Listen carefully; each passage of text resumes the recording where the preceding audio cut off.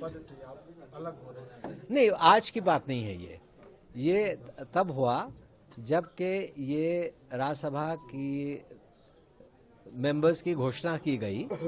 उस वक्त मेरे दिल आग में बात आई कि भाई जो हम जिस नारे पे हम चुनाव लड़ रहे हैं उस नारे पे हमारी पार्टी बिल्कुल सीरियस नहीं है। और जिस तरह से राज्यसभा के टिकट दिए गए, मेरा एक दिल में और मेरे साथियों के दिल में ये सोच उठी कि भाई जिस मुद्दे पे आप 2024 का चुनाव लड़ना चाहते हैं उसी मुद्दे पे ही से आप हट जाते हैं तो हमारा क्या वजूद है, हम क्यों रहें पार्टी के साथ। इस पार्टी में क्या ऐसी कमी आ गई, क्या आपका विचार? कमी की बात नहीं है, सोच की बात है। आपकी जो सोच है अगर वो बदल जाती है, आप कह कुछ रहे हैं, आपके एक्शंस कुछ और दिखा रहे हैं, तो फिर हमें भी फैसला करना पड़ेगा कि भाई हम क्या करें। क्या आपका वहाँ अपमान हो रहा है?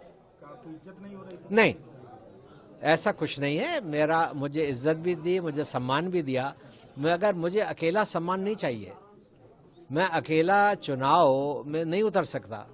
अगर मुझे सम्मान चाहिए तो अपनी पूरी कौम के लिए चाहिए, और मुझे अगर सम्मान चाहिए तो मुझे पूरे देश के लिए चाहिए। आज हम बात कर रहे हैं इंडिया गठबंधन की, और वो बिल्कुल गठबंधन ख़त्म सा होता चला जा रहा है। कोई आपस में सीरियस है ही नहीं उस गठबंधन को चलाने के लिए।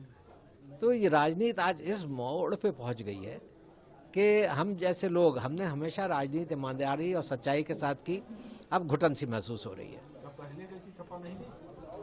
देखिए, मैं सपा पे कोई टिप्पणी नहीं करना चाहता। सपा पे बहुत बड़ा भरोसा पिछले उत्तर प्रदेश के चुनाव में मुसलमानों ने किया। मेरे ख्याल में जितना वोट मुसलमानों को सपा को मिला है वो जिंदगी में कभी नहीं मिला था। बहुत बड़ी संख्या उनको मिली थी। मगर मुसलमानों की जायज़ बातों पे आवाज़ ना उठाना ये एक तकलीफ की बात है। सर, लोग कह रहे हैं कि आपको राज्यसभा नहीं मिला, जिसके दरकिनार कर रहे हैं। ऐसा है, राज्यसभा मुझे पिछली दफ़ा भी नहीं मिला था, मगर जावेद अली खान साहब को दिया राज्यसभा। उस वक्त तो ना मैंने इस्तीफ़ा दिया, ना मैंने कोई नाराज़गी दिखाई। अगर मुझे यही होता कि राज्यसभा ना मिलने पे मुझे नाराज़गी है तो मैं उस वक्त भी दिखाता। मगर एक मुसलमान को उन्होंने दिया, और सही जो परंपरा हमेशा रही है समाजवादी पार्टी के, उसके मुताबिक चले, तो मुझे खुशी थी। इस दफ़ा मुसलमान का सवाल नहीं है, वो मेरा सवाल नहीं है, किसी मुसलमान को दे देते। सर, अगला कदम क्या होगा? अगला कदम मैंने जैसे कहा कि मेरे साथ बहुत सारे मेरे साथी हैं, मैं उनके साथ बैठूंगा और बैठ के फिर फैसला करूंगा कि मुझे आगे क्या करना है। कौन सी पार्टी होगी? ये कोई अभी तय नहीं है कि कौन सी पार्टी होगा। ज़रूरी नहीं है कि आप कोई पार्टी ही ज्वाइन करें। अगर आपको सेवा करनी है देश की, अपने लोगों की, तो आप बगैर पार्टी में भी रह के सेवा कर सकते हैं। और ये हमारे परिवार ने हमेशा किया। हमारे ट्रस्ट चल रहे हैं, हम लोगों की मदद कर रहे हैं।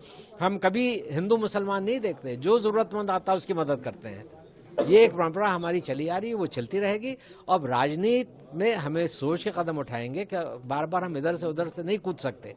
जो भी कदम उठाएंगे ठोस उठाएंगे और सबके साथ की राय के साथ उठाएंगे। इंडिया गठबंधन के बारे में क्या कहेंगे? इंडिया गठबंधन तो मैंने आपसे कहा कि कुछ मेरी समझ में नहीं आ रहा है। जिस उम्मीद के साथ इंडिया गठबंधन बना था वो तो अब नजर ही नहीं आ रही है।